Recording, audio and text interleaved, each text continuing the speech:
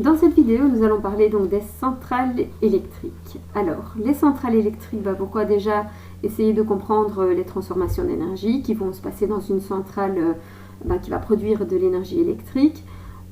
On voudrait également savoir pourquoi est-ce que certains pays ont fait tel ou tel choix par rapport à la construction de leur centrale électrique.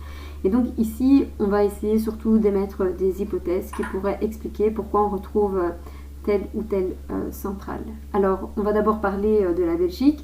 Comme vous l'avez vu dans la vidéo précédente, on a vu que chez nous, on utilisait énormément l'énergie fossile, des sources fossiles en tout cas, pour produire de l'énergie électrique. Alors, il faut savoir que la Belgique a pas mal de centrales thermiques. Donc ces centrales thermiques, elles peuvent fonctionner avec différentes sources, telles que le gaz, le charbon, le fioul ou la biomasse. Alors, un petit peu d'histoire d'abord sur le charbon en Belgique. Il faut savoir qu'au XIVe siècle, on a des mineurs qui vont commencer à extraire le charbon dans la région de Liège pour chauffer le fer. Seulement très vite, ça s'épuise, donc il va falloir creuser beaucoup plus profondément pour pouvoir encore en avoir. Donc au XVIIe siècle, les verriers en ont besoin pour faire le verre, etc. Et donc ils vont être très demandeurs, ce qui fait que la région de Charleroi et de Mons vont aussi trouver des gisements de charbon et vont donc pouvoir les exploiter. En 1830, la Belgique devient indépendante des Pays-Bas. Elle devient deuxième producteur de charbon grâce à la sidérurgie et au chemin de fer. Cependant, vers le XXe siècle, on va voir qu'au XXe siècle plusieurs centrales électriques thermiques vont être construites pour produire de l'électricité, mais en même temps on va avoir un déclin du charbon, ce qui fait que effectivement ça va poser des problèmes en tout cas d'approvisionnement. D'où on va devoir commencer à importer du charbon pour pouvoir faire fonctionner nos centrales thermiques, mais en plus de ça, il faut savoir que lorsque l'on brûle du charbon, cela est extrêmement mauvais pour l'environnement. Pourquoi? Parce que ça dégage beaucoup de dioxyde de carbone dans l'atmosphère. Et donc, suite à ça, la dernière centrale thermique, mais au charbon, a cessé de fonctionner en 2016. Cela ne veut pas dire qu'il n'y a plus de centrales thermiques en Belgique, parce qu'il y en a d'autres, mais elles fonctionnent avec une autre source d'énergie. Alors, ci-dessous, je vous ai mis la carte de la Belgique avec différentes régions où l'on retrouve justement des centrales électriques thermiques, par exemple à Awirs près de Liège, à Langerlo près de Gand ou à Rodenhuis près de Genk et Rodenhuis près de Gand. Voilà, donc ça c'était quelques centrales thermiques que l'on retrouvait au charbon. Alors, comment ça fonctionne une centrale thermique ? Eh bien, tout d'abord, une petite vidéo très simple pour vous expliquer.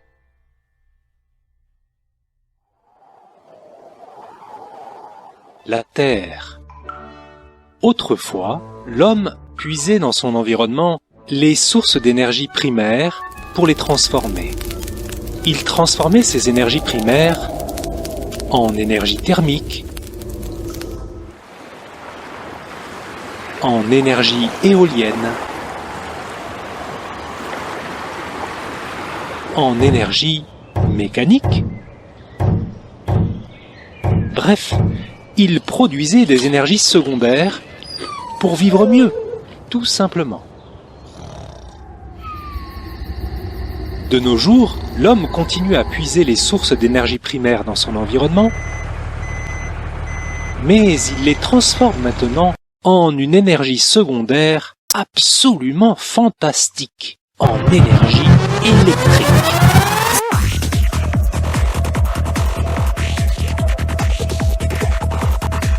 Et l'électricité peut être à son tour convertie en toutes les énergies secondaires qu'on veut.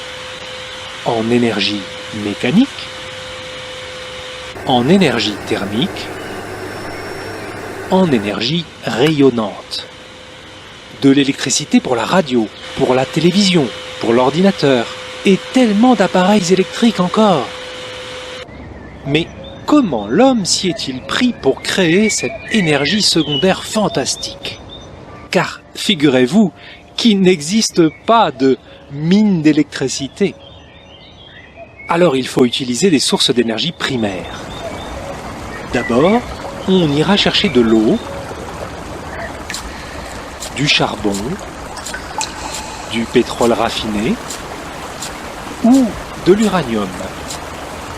Pourquoi faire?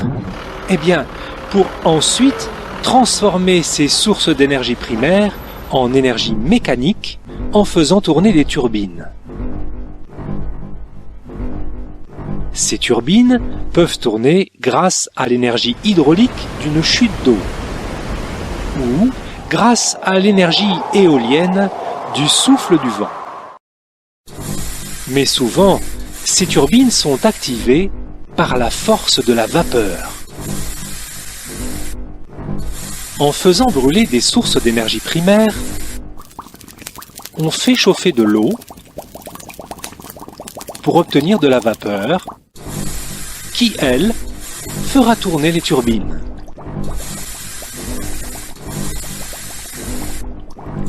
C'est tout? Non, non, non, non, mais attention, c'est un peu compliqué. Donc, les turbines tournent et font tourner un générateur. Ou plutôt, elles font tourner un rotor, c'est-à-dire un aimant. Un rotor qui tourne à l'intérieur d'un stator de cuivre, lui, immobile, pour créer un champ magnétique qui produit un courant électrique. Rotor, stator, rotor, stator, rotor, stator, rotor, stator, rotor, stator, rotor, stator, champ magnétique et naissance du courant électrique.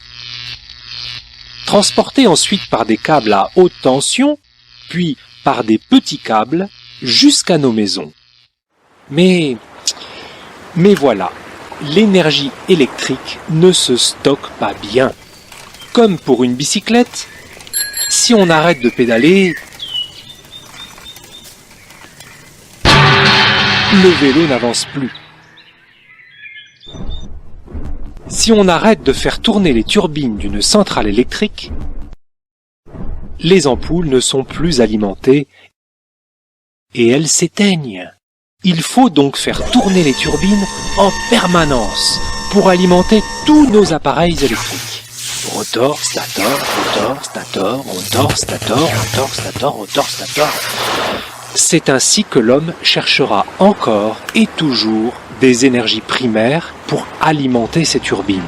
Mais c'est pourquoi l'homme doit aussi bien réfléchir à ne pas gaspiller inutilement cette précieuse énergie secondaire, devenue si indispensable. Saura-t-il faire les gestes intelligents pour continuer à vivre le mieux du monde sur notre belle planète, la Terre? Voilà. Donc ça a le mérite d'expliquer plutôt simplement comment une centrale fonctionne. Donc en fait ici simplement, qu'est-ce qu'on vous dit, c'est que voilà, ici on va placer donc la source. Cette source, quand c'est du charbon ou du pétrole, etc., ça va permettre en fait de chauffer de l'eau. Donc cette eau est dans des tuyaux, donc dans la chaudière, d'accord. Et donc cette eau en chauffant va provoquer effectivement, va se transformer en vapeur. Donc on va avoir un changement d'état. Et cette vapeur qui va être créée à ce moment-là va donc effectivement partir dans les tuyaux. Et c'est ce qu'on vous a expliqué, ça va provoquer la rotation de la turbine. Et c'est la turbine qui, elle, va être reliée au générateur qui va permettre la production donc, d'électricité. Donc là, ça part dans le réseau. Le problème, c'est que cette vapeur d'eau était très très chaude. Donc en fait, elle va effectivement entraîner la turbine et puis effectivement, elle va se refroidir mais pas suffisamment. Or, pour qu'elle puisse se recondenser en eau, pouvoir donc redescendre donc justement dans le tuyau qu'on a ici en dessous, il faut qu'elle soit suffisamment froide. C'est pourquoi elle va arriver dans le condenseur. Alors le condenseur, c'est quoi? C'est cette vapeur qui est chaude, qui arrive dans ce condenseur et en fait la rivière qui se trouve à côté de la centrale thermique, donc on va prendre de l'eau qui est froide, qui arrive donc de la rivière, qui entoure le condenseur, d'accord, qui va donc refroidir la vapeur d'eau qui se trouve dans un système, attention, indépendant, qui est bien dedans, d'accord? Donc l'eau de la rivière ne va pas se mélanger avec l'eau qui se trouve dans le système.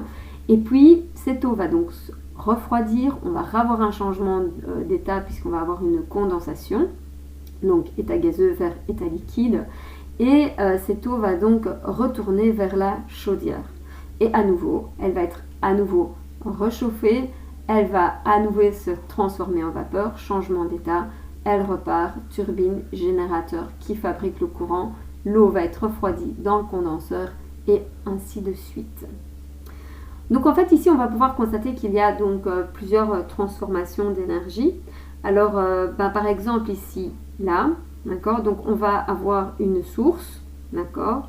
Alors cette source c'est une énergie dite chimique. Pourquoi? Parce qu'on va avoir une transformation, donc ce que l'on a après la combustion ne sera plus la même chose que ce qu'on a après. Donc si par exemple on a du charbon, qu'on le brûle, eh bien ce charbon va se transformer en dioxyde de carbone, en vapeur d'eau, en carbone, en monoxyde si jamais la réaction n'est pas tout à fait complète, etc. Et donc cette énergie chimique va effectivement se transformer en énergie thermique, d'accord, pour permettre de chauffer cette eau. Cette énergie thermique va être ici, à ce point-là, être transformée en énergie cinétique. Alors, petit rappel, l'énergie cinétique est une énergie donc de mouvement, donc la vapeur est en mouvement, donc énergie cinétique, et qui, elle, va entraîner un mécanisme, d'où énergie mécanique, et cette énergie mécanique va permettre une transformation en énergie électrique qui va donc arriver jusqu'à nos maisons. Ce qu'il faut bien comprendre aussi, c'est qu'à chaque étape, on va perdre une certaine quantité d'énergie. Et quelle est cette perte d'énergie?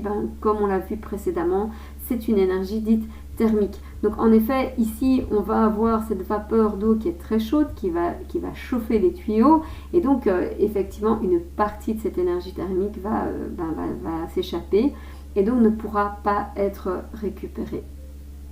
Donc voilà, donc ici on va avoir toutes les transformations d'énergie, donc énergie chimique, donc déjà on a une perte d'énergie qui va se transformer en énergie thermique, de nouveau perte d'énergie thermique plus énergie cinétique et etc.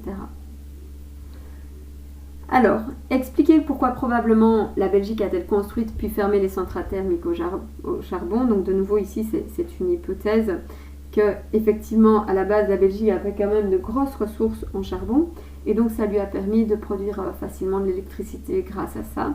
Et donc voilà, le problème c'est que l'exploitation effectivement de ces centrales thermiques au charbon était extrêmement polluante et d'où ils ont dû les fermer. Donc là vous voyez j'ai pas fini la phrase, donc c'est pas grave. Donc vous mettez cependant l'exploitation effectivement des centrales thermiques au charbon est polluante, d'où la fermeture de ces centrales. Alors, quel est le facteur commun déterminant l'endroit où se situe une centrale thermique à charbon? Eh bien, on voit que toutes les centrales thermiques à charbon ont été construites près d'une source d'eau. Alors pourquoi? Parce que je l'ai expliqué tout à l'heure en fait. Il ne faut pas oublier que la source d'eau est indispensable au refroidissement pour permettre la condensation de la vapeur d'eau dans le condenseur. D'où c'est vraiment très très important. Et vous verrez que sur la carte de la Belgique, on verra par exemple qu'à Langerlo, vous voyez, on a le cours d'eau qui se trouve ici. À Wirs, on a celui-ci. Et donc on voit effectivement que chaque centrale se trouve vraiment à côté d'un cours d'eau. Donc voilà, donc là c'est pour la centrale thermique au charbon.